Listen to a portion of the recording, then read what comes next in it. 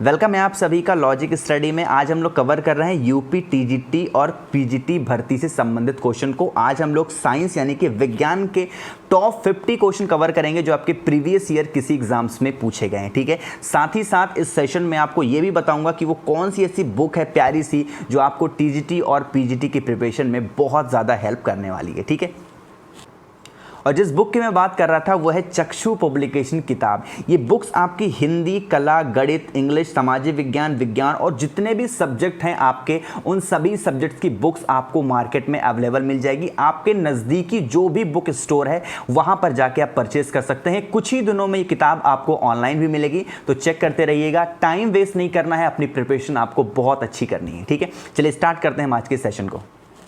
तो first question है हमारा आज के सेशन का कि पार्सेक किसकी इकाई होती है। तो ये होती है आपकी दूरी की यानी कि डिस्टेंस की होती है। वन लाइनेड क्वेश्चन है, सिर्फ आप सेशन को देखते जाइए, सुनते जाइएगा, सारी चीज़ें आपके दिमाग में ऑटोमेटिकली सेट होंगी। ठीक है, क्वेश्चन नंबर 2, निम्नलिखित में से कौन धातु होते हुए भी विद्युत का कुचालक है। यानी कि वो मेटल तो है लेकिन फिर भी वो क्या है, बैड कंडक्टर ऑफ इलेक्ट्रिसिटी है, तो वो क्या है, आपका शीशा माना जाता है। ठीक है, आगे बढ़ें। निम्नलिखित में से किस अधातु में धातुवी चमक पाई जाती है। तो दो ही चीज ऐसी है, एक आपका ग्रेफाइट है, एक आपका आयोडीन होता है। ये क्या होते हैं, अधातु होते हैं। ठीक है, आगे बढ़े। नेक्स्ट क्वेश्चन हमारे 4 पे, एक गुब्बारे में हाइड्रोजन व ऑक्सीजन गैस के बराबर अणु है। ठीक है, यदि गुब्बारे में एक छेद कर दिया जाए तो क्या होगा। तो क्या होगा, जो हाइड्रोजन गैस है ना वो तेजी से निकलने लगेगी। इस बात का ध्यान रखिएगा। और ये क्वेश्चन आपका सीटेट प्रीवियस ईयर पूछा गया क्वेश्चन है। ठीक है, सीटेट में साइंस का जो सेशन होता है उसमें क्वेश्चन पूछा गया था। नेक्स्ट हमारा क्वेश्चन नंबर 5, कपूर के छोटे छोटे टुकड़े जल की सतह पर नाचते हैं, वो क्यों होता है। पृष्ठ तनाव के कारण, सरफेस टेंशन की वजह से जो कपूर के छोटे छोटे टुकड़े होते हैं वो जल की सतह पर इस तरीके से होते हैं। पानी का घनत्व तो अधिकतम कितना होता है, ध्यान से समझिएगा कि 4 डिग्री सेल्सियस पर जो पानी का घनत्व होता है वो मैक्सिमम होता है। क्वेश्चन नंबर 7, यदि दो उपग्रह एक ही वृत्ताकार कक्षा में चक्कर लगाते हैं तो उनका क्या होगा। तो उनका जो वेग होगा ना वो समान होगा। दो उपग्रह हैं, वो एक ही वृत्ताकार कक्ष में क्या हो रहा है, चक्कर लगा रहे हैं साथ में ही, तो उनका जो वेग होगा ना वो क्या होगा, समान होगा। आगे बढ़े। क्वेश्चन नंबर 8 पे, पृथ्वी की परिक्रमा कर रहे एक उपग्रह से एक पैकेट को छोड़ दिया जाता है तो क्या होगा। तो क्या होगा, जो उपग्रह के साथ उसी चाल से पृथ्वी की वो परिक्रमा करने लगेगा। पृथ्वी की परिक्रमा कर रहे एक उपग्रह से एक पैकेट को अगर आप छोड़ देते हैं तो क्या होगा, वो उसी उपग्रह के साथ पृथ्वी की परिक्रमा करेगा उसी चाल से। ठीक है, क्वेश्चन नंबर 9, वनस्पति विज्ञान के जनक, मोस्ट रिपीटेड क्वेश्चन है आपका, यूपी टेट और सी टेट दोनों में लगातार पूछा जाता है क्वेश्चन। तो वनस्पति विज्ञान के जो जनक हैं कौन है, थियोफ्रैक्टस साहब हैं। ठीक है, क्वेश्चन नंबर 10, निम्नलिखित में से किसमें ध्वनि की चाल सबसे अधिक होती है। सबसे अधिक यानी मैक्सिमम होती है, ये आपकी इस्पात में होती है यानी स्टील में होती है। क्वेश्चन नंबर 11, एक व्यक्ति घूमते हुए स्टूल पर बाहें फैलाए खड़ा है, एकाएक वह बाहें सिकोड़ लेता है तो स्टूल का कोणीय वेग क्या होगा। तो आप देखेंगे कि वो बढ़ जाएगा। एक चीज़ आपको दिखाऊं मैं, जैसे एक लड़की होती है, आप देखते होंगे इस तरीके से इसी रस्सी पे चलती है, लेकिन रस्सी पर जब वो चलती है तो अपने हाथ में कोई डंडा ली होती है या फिर अपने हाथ को दोनों तरफ फैलाए होती है, वो इसलिए कि बैलेंस बना रहे। अगर वो एक अपनी बाहों को सिकोड़ लेगी ना तो क्या होगा, स्टूल का जो कोणीय वेग होगा बढ़ जाएगा और वो लड़की वहां से गिर सकती है। ठीक है, आगे बढ़े। क्वेश्चन नंबर 12 पे, चंद्रमा पर एक बम विस्फोट होता है, उसकी आवाज पृथ्वी पर सुनाई देगी कि नहीं देगी। भैया चंद्रमा बहुत दूर है, अगर बम विस्फोट भी होगा ना तो क्या होगा, वो सुनाई नहीं देगी। आगे बढ़े। चंद्रमा पर वायुमंडल ना होने का क्या कारण है। एक तो पलायन वेग इसका सबसे प्रमुख कारण है। और ये वाला जो क्वेश्चन नंबर 12 है ना, इसका एक रीजन और है सुनाई ना देने का, कि जो साउंड होती है ना वो आप देखेंगे साउंड किसी वैक्यूम में कभी भी नहीं चलती है। साउंड को चलने के लिए किसी न किसी चीज़ की मीडियम की ज़रूरत होती है और मीडियम क्या है, आपका हवा है। जब चंद्रमा पर एटमॉस्फेयर ही नहीं है तो वहाँ पर कुछ भी आवाज़ फटे, कुछ भी हो जाए तो कहीं से भी सुनाई नहीं देगा। ठीक, आगे बढ़ रहे हैं। क्वेश्चन नंबर 14 पे, यदि किसी सरल लोलक की लंबाई 4% बढ़ा दी जाए तो उसका आवर्तकाल क्या होगा। इसका फॉर्मूला होता है, आप देख लीजिएगा, इसका 2% वो बढ़ जाएगा। ठीक है, निम्नलिखित में से किस रंग का अपवर्तनांक सबसे अधिक होता है। तो अब जो अपवर्तनांक होता है वो किसका सबसे अधिक होता है, वो बैगनी यानी कि वॉयलेट कलर का सबसे ज्यादा होता है। क्वेश्चन नंबर 16, स्वच्छ जल से भरे तालाब की गहराई 3 मीटर प्रतीत होती है। यदि हवा के सापेक्ष जल का अपवर्तनांक 4/3 हो तो तालाब का वास्तविक गहराई क्या होगी। देखो 4/3 इस तरीके से है और 3 मीटर ये है, तो 3 से 3 कटेगा तो कितना आ जाएगा, 4 मीटर हो जाएगा। आगे बढ़ रहे हैं क्वेश्चन नंबर 17 पे कि लेंस की क्षमता का मात्रक क्या है। लेंस, अब देखो जो हम लोग चश्मा लगाते हैं ना अपनी आंखों पे, पूछ रहा है कि भैया ये जो चश्मा आप लगा रहे हो इस चश्मे का क्या है मात्रक क्या होता है। इसका मात्रक क्या होता है, डायप्टर होता है। लोग बोलते हैं ना मेरा 1.25 पावर है, 1.25 पावर नहीं 1.25 डायप्टर है, क्योंकि पावर की यूनिट क्या होती है, डायप्टर होती है, ध्यान रखिएगा। आगे बढ़ें, रडार की कार्यप्रणाली निम्न सिद्धांतों पर आधारित है। किस पे आधारित होती है, ये रेडियो तरंगों के परावर्तन पर आधारित होती है। क्वेश्चन नंबर 19, न्यूटन की गति के नियमों के अनुसार निम्नलिखित में से कौन सा कथन सत्य है।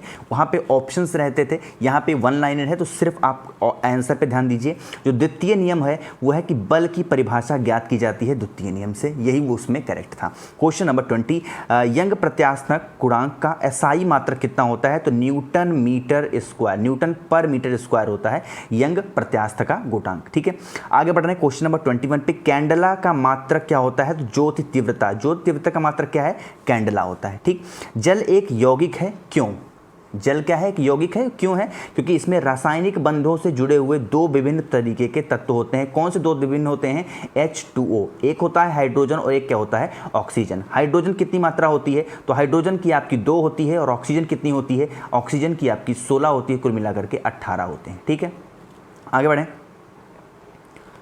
नेक्स्ट हमारा क्वेश्चन है 23 कि वह विज्ञान जिसका संबंध जीवधारियों के अध्ययन से होता है वो क्या कहलाता है, तो जीव विज्ञान होता है। नॉर्मल से क्वेश्चन है।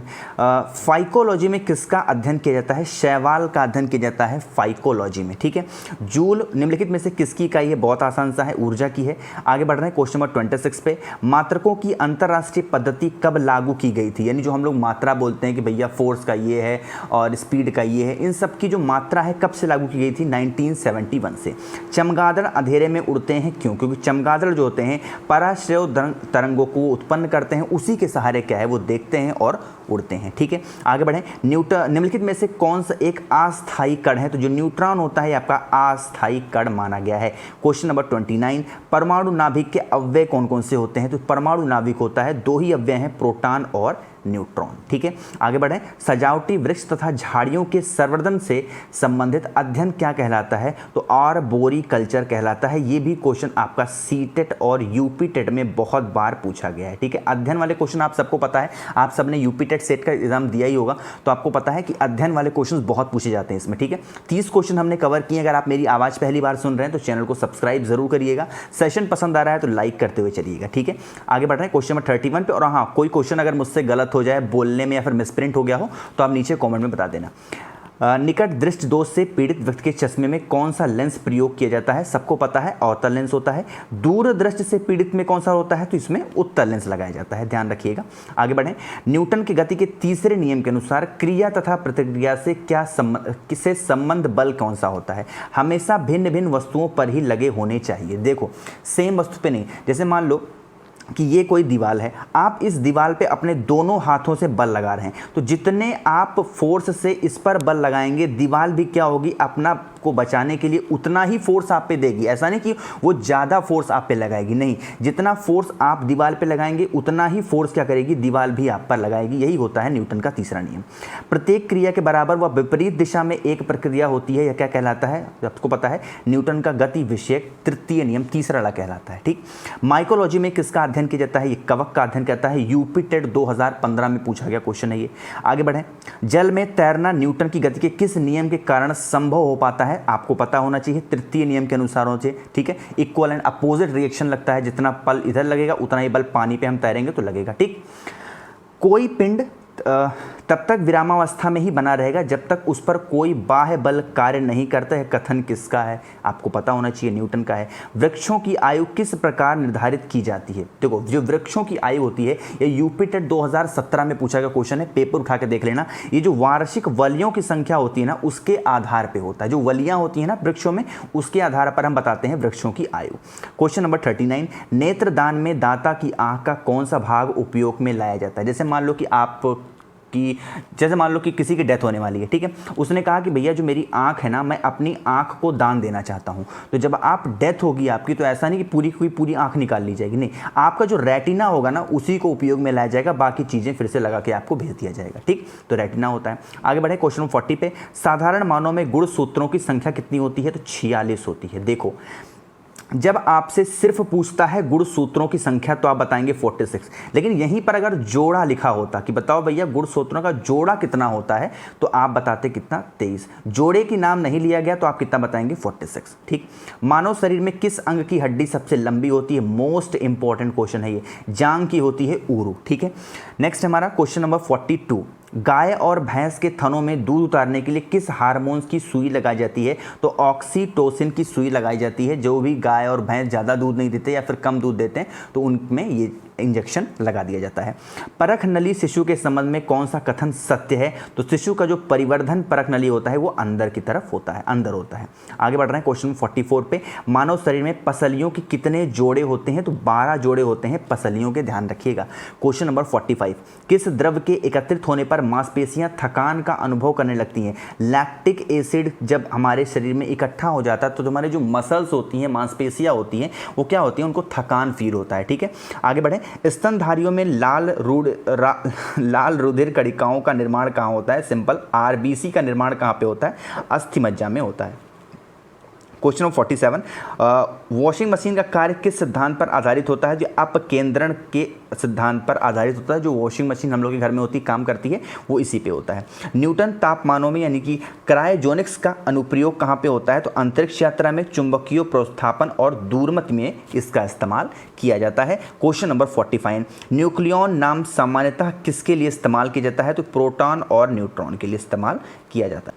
नेक्स्ट हमारा क्वेश्चन नंबर 50 है कि पॉजिट्रॉन क्या है? पॉजिट्रॉन एक क्या है? धनावेशित इलेक्ट्रॉन है। धनावेशित इलेक्ट्रॉन होता है हमारा पॉजिट्रॉन। तो हमने पूरे के पूरे 50 क्वेश्चन कवर किए बहुत ही कम टाइम में। सेशन अगर आपको पसंद आया है तो लाइक कर दीजिएगा, और आज पहली बार आपने सुना है चैनल को सब्सक्राइब करिएगा। और हाँ, स्टार्टिंग में जो मैंने आपको बुक दिखाई थी चक्षु पब्लिकेशन की, आप किसी भी एग्जाम की प्रिपरेशन कर रहे हैं उनकी सभी एग्जाम्स की गाइड भी मार्केट में अवेलेबल है, ऑफलाइन स्टोर पे भी और ऑनलाइन पे भी, ठीक है। तो वहाँ से आप परचेज कर लेना। सेशन पसंद आया हो तो लाइक कर दीजिएगा। Thank you so much for watching this video.